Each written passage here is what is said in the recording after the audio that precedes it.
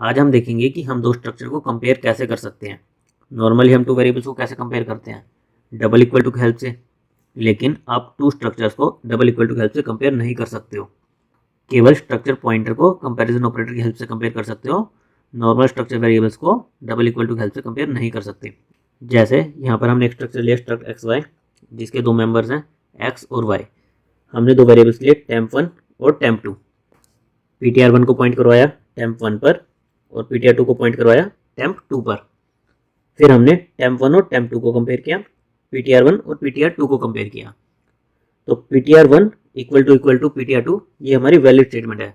हम दो structure pointers को कंपेयर कर सकते हैं।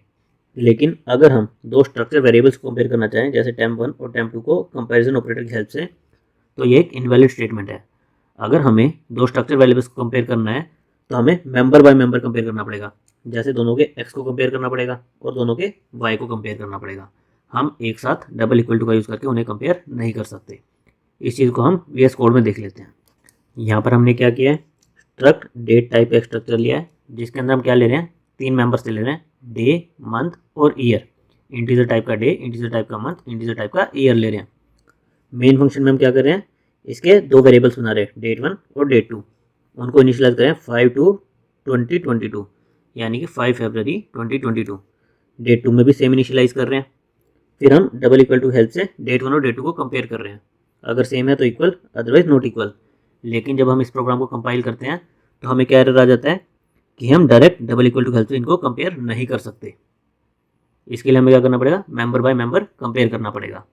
लेकिन यही चीज़ मैं अगर स्ट्रक्चर पॉइंटर के साथ करता, यानी कि एक पॉइंटर ptr1 लेता जिसमें date1 का एड्रेस दे देता, एक पॉइंटर ptr2 लेता जिसमें date2 का एड्रेस दे देता, तो मैं उनको कंपेयर कर सकता था कि दोनों सेम स्ट्रक्चर को पॉइंट करते हैं या नहीं करते। बेसिकली दोनों में सेम एड्रेस है या नहीं है। हमने क्या किया, हमारा वही स्ट्रक्चर लिया, दो वेरिएबल date1 और date2 लिए, उनको इनिशियलाइज किया। फिर दो पॉइंटर लिए, ptr1 में date1 का एड्रेस, ptr2 में भी मैंने date1 का एड्रेस दे दिया है, यानी दोनों में सेम एड्रेस दे दिया है। फिर मैंने कंपेयर लगाया, ptr1 इक्वल टू ptr2, दोनों में सेम एड्रेस है तो ये मेरी कंडीशन सेटिस्फाई होगी, तो क्या प्रिंट हो जाए, पॉइंट टू सेम स्ट्रक्चर। अगर दोनों में अलग अलग एड्रेस हो तो क्या प्रिंट हो जाए, पॉइंट टू डिफरेंट स्ट्रक्चर। तो अभी हम date1 और date1 दोनों में सेम एड्रेस करके प्रिंट करेंगे। फिर हम ptr2 में date2 का एड्रेस डाल देंगे और फिर प्रोग्राम को दोबारा रन करेंगे। अभी क्योंकि हमारे दोनों में क्या एड्रेस था, सेम एड्रेस था, date1 का एड्रेस था ptr1 और ptr2 में, तो हमारा क्या गया, इफ कंडीशन सेटिस्फाई हुई और पॉइंट टू सेम स्ट्रक्चर। अभी मैं क्या करता हूँ, यहाँ पर date2 कर देता हूँ, ptr2 में एड्रेस चेंज कर देता हूँ और इसको कंपाइल करके देखता हूँ।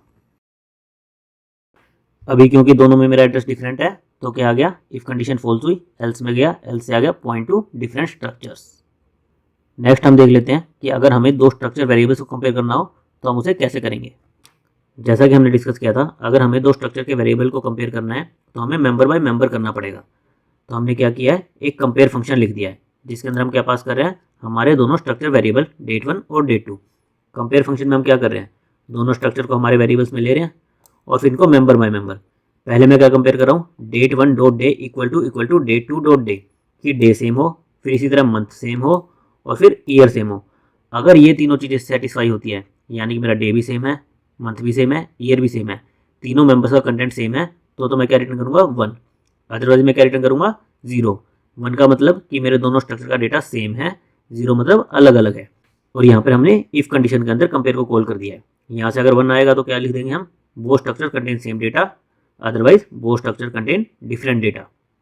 अभी हमने स्टार्टिंग में क्या लिया है, 5/2/2022, यानी कि दोनों में सेम डेटा लिया है, तो हमारा क्या आना चाहिए, वो structure contain same data. Run करने पर हमारा आ गया, वो स्ट्रक्चर कंटेन सेम डेटा। अभी मैं इसको मॉडिफाई कर देता हूँ, मैं केवल ईयर को मॉडिफाई करके क्या कर देता हूँ, 2020। और अब मैं इसको कंपाइल करूँगा तो मेरा क्या आना चाहिए, बोथ कंटेन डिफरेंट डेटा, वो स्ट्रक्चर कंटेन डिफरेंट डेटा। तो अगर आपको स्ट्रक्चर्स को कंपेयर करना है तो आपको मेंबर बाय मेंबर करना पड़ेगा, या फिर आप पॉइंटर्स को कंपेयर कर सकते हो। स्ट्रक्चर के पॉइंटर्स को डायरेक्टली इक्वल टू ऑपरेटर का यूज़ करके कंपेयर कर सकते हो। Thank you guys.